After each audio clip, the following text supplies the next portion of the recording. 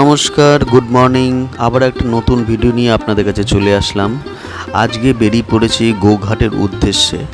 আজকে যাচ্ছি আমরা কামারপুকুর।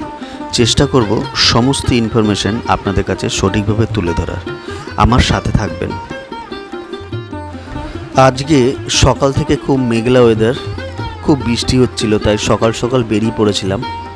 আমরা হাওড়া স্টেশনে না গিয়ে সোজা চলে গিয়েছিলাম বালি স্টেশন।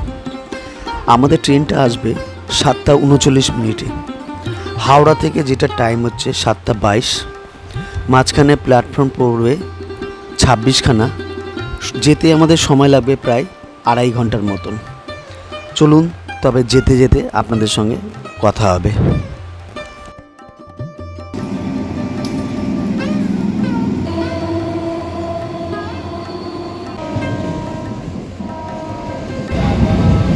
জয় বলে বাবা। কত দূর যাবি? কত দূর যাবি? সকাল সকাল বালি স্টেশন পৌঁছে যাওয়ায় আগের ট্রেন ধরে আমরা পৌঁছে গেছিলাম তারকেশ্বর। আধ ঘন্টা আগে পৌঁছে যাওয়ায় এখানে ব্রেকফাস্টটা সেরে আমরা আবার গোঘাটের ট্রেনটা ধরে নেব।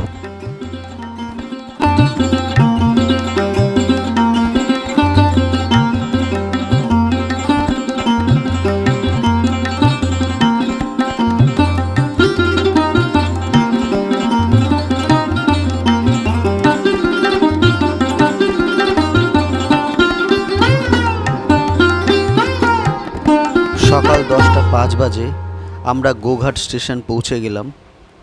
সকাল থেকে এখনও সেই সমানভাবে বৃষ্টি হয়েই যাচ্ছে। নমস্কার। আজকের এই ভিডিওতে আমরা এখন গোঘাট স্টেশনে এসে পৌঁছে গেছি। মারাত্মক বৃষ্টি হচ্ছে, তাও এই বৃষ্টির মধ্যে এই ব্লগটা বা এই ভিডিওটা আমি করার চেষ্টা করছি যতটা পারছি। এখন বাজে প্রায় 10টা। আমরা গোঘাট স্টেশনে চলে এসেছি। এখান থেকে এখন আমরা একটা টোটো নিয়ে নেবো বা অটো যেটা পাবো নিয়ে নেবো, নিয়ে আমরা কামারঘাটি চলে যাব। তারপরে তোমাদের আমি ভিডিওগুলো শেয়ার করবো।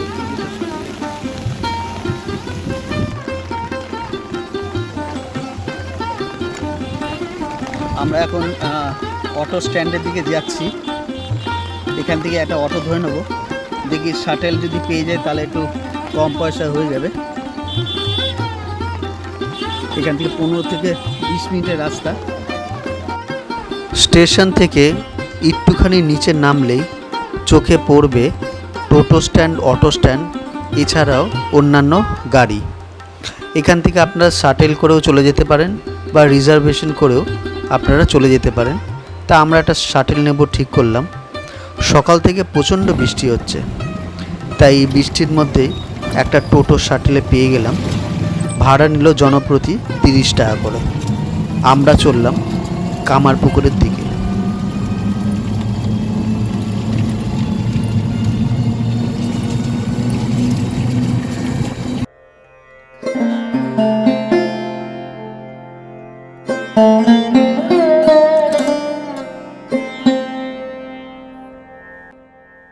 আমরা সকালবেলা যখন শ্রীরামকৃষ্ণ মঠের সামনে এসে পৌঁছালাম তখন বাজে প্রায় 10:30। মন্দির দর্শনের সময় সকাল 6টা থেকে 11:30 অবধি, আবার বিকেল 4টে থেকে রাত্রির 9টা অবধি। যখন আমরা এখানে পৌঁছালাম কামারপুকুরে তখন প্রচণ্ড বৃষ্টি হচ্ছে। এই বৃষ্টি ভেজা সকালে কামারপুকুরের এই শ্রীরামকৃষ্ণ মঠের দিকে আমরা অনেকক্ষণ তাকিয়েছিলাম। খুব ভালো লাগছিল। এর শান্ত পরিবেশ আমাদের যেন আরও মন্ত্রমুগ্ধ করে তুলছিল। এখানে কিছুক্ষণ থেকে এবার আমরা রুমের জন্য বা ঘরের জন্য যে ফর্মালিটিস আছে সেটা পূরণ করে নেব।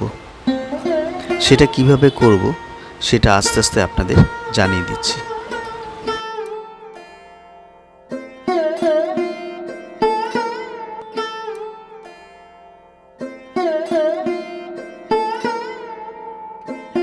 এখন আপনাদের বলবো কামারপুকুর শ্রী রামকৃষ্ণ মঠে কিভাবে ঘর বুক করবেন। প্রথমে স্ক্রিনে দেওয়া যে মেল আইডিটা রয়েছে সেখানে আপনাদের মেল করতে হবে 3 মাস আগে। 2-3 দিন পর মেল আইডি দিয়ে আপনাদের একটি মেল করবে, সেখানে একটি ফর্ম থাকবে, সেই ফর্মে ডিটেলস দিয়ে ফিল আপ করতে হবে এবং আপনাদের জানিয়ে দিতে হবে যে কবে আপনারা যেতে চান এবং আপনাদের কতজন মেম্বার। অফিসে গিয়ে আপনাদের প্রসাদ কুপনটাও সংগ্রহ করে নিতে হবে।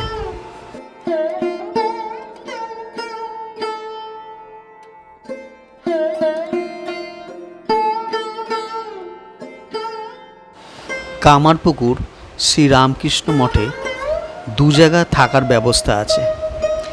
একটি হচ্ছে মন্দিরের ঠিক উল্টো দিকে, এখন আমরা যেদিকে যাচ্ছি এই ঘরগুলো সবগুলোই থাকার ব্যবস্থা আছে, এবং আরেকটি জায়গা হচ্ছে যাত্রীনিবাস, যেটা মন্দির থেকে আনুমানিক 3 থেকে 4 মিনিট দূরত্বে।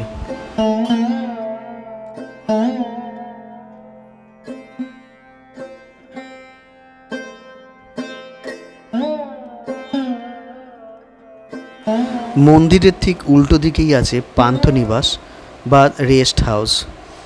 যারা একদিনের জন্য ঘুরতে যান তাদের জন্য এখানে সুন্দর বিশ্রামের ব্যবস্থা আছে, যেখানে পানীয় জল এবং শৌচালয়ের সুন্দর ব্যবস্থা আছে। সময়টা হলো দুপুর 12টা থেকে 3:45 অবধি, এটাই গরমকালের জন্য। আর শীতকালের জন্য দুপুর 12টা থেকে 3:15 অবধি। ভিতরটা ঘুরে একটু দেখলাম, খুব পরিষ্কার পরিচ্ছন্ন, বাচ্চারা এখানে খেলাধুলা করছে। এখানে আপনারা কিছুক্ষণের জন্য রেস্ট নিতেও পারেন। আমরা এখন যাত্রী নিবাসের সামনে চলে এসেছি। এখানে আমাদের 2 রাত্রি থাকতে হবে। যাত্রী নিবাসের ঘরগুলো খুব সুন্দর মাটির বাড়ির মতন তৈরি করা হয়েছে। আসুন তলে ভিতরটা একটু দেখে নিই। এই যাত্রী নিবাসের অফিসের টাইমটাও আপনাদের দিয়ে দিলাম। আমরা যেহেতু একটু দেরি করেই বুকিং করেছিলাম, সেহেতু আমরা রুম পাইনি, তাই যাত্রী নিবাসের যে ডরমিটরি আছে সেখানে আমাদের 2 রাত্রি থাকতে হয়েছে। কিন্তু বিশ্বাস করুন, খুব পরিপাটি এবং পরিচ্ছন্ন জায়গা, আমাদের থাকতে কোনো রকম অসুবিধা হয়নি। এই হচ্ছে সেই ডরমিটরির জায়গা যেখানে আমরা ছিলাম 2 রাত্রির। কত রকমের মানুষ এখানে এসেছিলেন, কত রকম লোকের সঙ্গে তাদের পরিচয় হয়েছে। সময়টা যে কীভাবে কেটে গেছিল আমরা বুঝতেই পারিনি।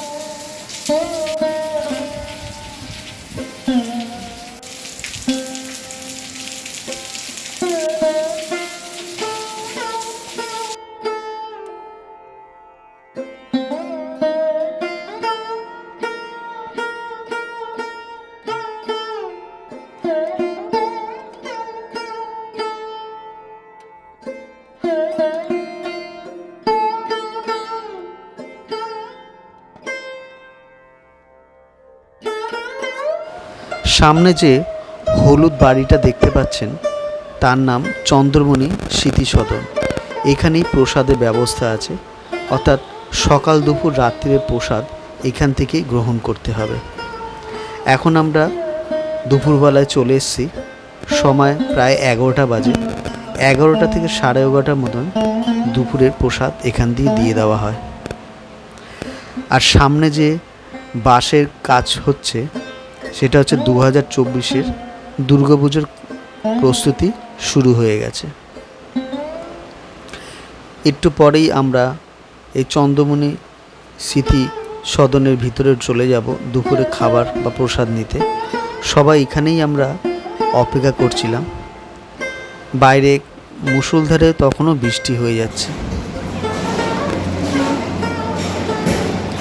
দুপুরবেলা খাবারের যে ব্যবস্থা ছিল তা হলো ভাত, ডাল, তার সঙ্গে 2 প্রকার সবজি, চাটনি, পায়েস।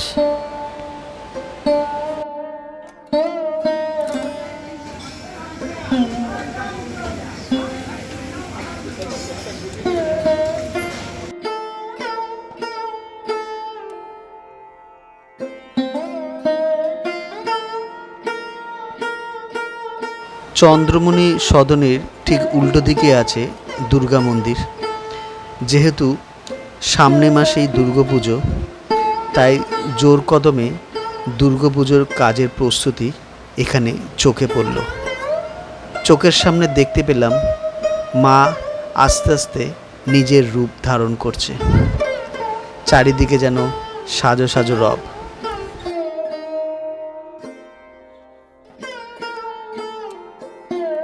খাওয়া দাওয়ার পর হাঁটতে হাঁটতে চোখে পড়ল পল্লীমঙ্গল কুটির শিল্প সামগ্রী একটি শোরুম। আসুন ভিতরে গিয়ে দেখা যাক কি আছে এখানে।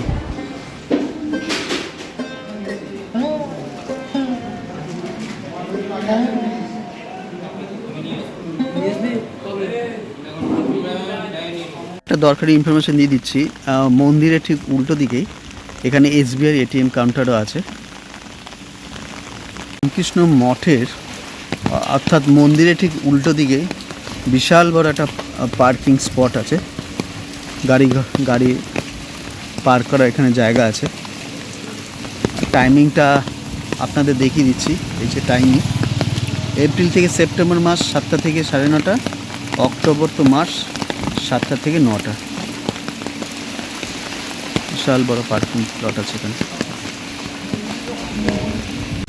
রামকৃষ্ণ মিশন যাত্রীনিবাসের উল্টো দিকেই আছে রামকৃষ্ণ মিশন ও মঠের গদাধর শিশু উদ্যান। এই হচ্ছে গদাধর শিশু উদ্যান। এখন তো দেখছি বন্ধ আছে।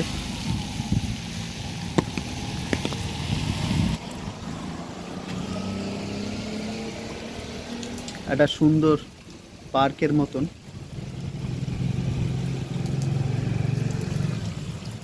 এই গদাধর শিশু উদ্যানের ঠিক উল্টো দিকেই আছে রামকৃষ্ণ মিশন স্কুল।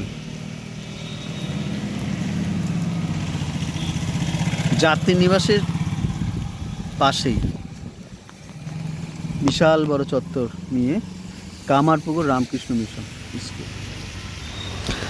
সারাদিন ঘোরাঘুরির পর দুপুরবেলা একটু রেস্ট নিলাম আমাদের ডরমিটরি হাউসে।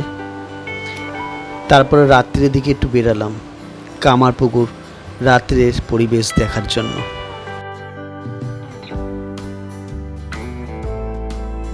কামারপুকুরের বিখ্যাত সাদা বড়ে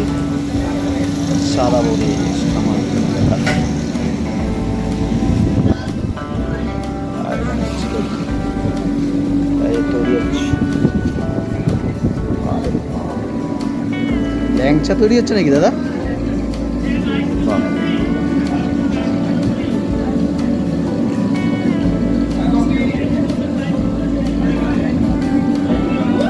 শ্রীরামকৃষ্ণ মিশনের ঠিক পাশেই বিখ্যাত এই যে সাদা বোঁদে খাচ্ছি, তার সঙ্গে জিলেপি এখানকার বিখ্যাত।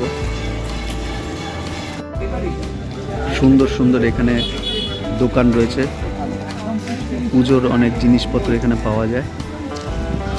বৃষ্টির জন্য একটুখানি লোক সংখ্যা কম। ঠাকুরের অনেক কিছু, ঠাকুরের মূর্তি থেকে শুরু করে কাপড় জামা থেকে বাচ্চাদের খেলাধুলা সমস্ত।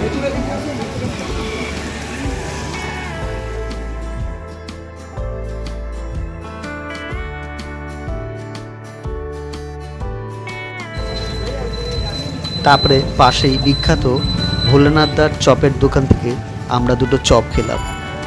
সারা বছরে এখানে প্রচুর ভিড় হয়, কিন্তু মূলত শীতকালে ভিড়ের পরিমাণটা একটু বেশি হয় এবং রাস্তার দুধারেও শুনেছি নাকি মেলাও বসে। এখানে হোটেল, লজ এবং খাওয়া দাওয়ার অনেক ব্যবস্থা আছে, সুতরাং রুমে থাকা এবং খাবারের এখানে কোনো অসুবিধা হওয়ার কথা নয়। এই ভিডিওটা আজকে এখানেই শেষ করলাম। আপনাদের কেমন লাগলো কমেন্ট বক্সে অবশ্যই জানাবেন।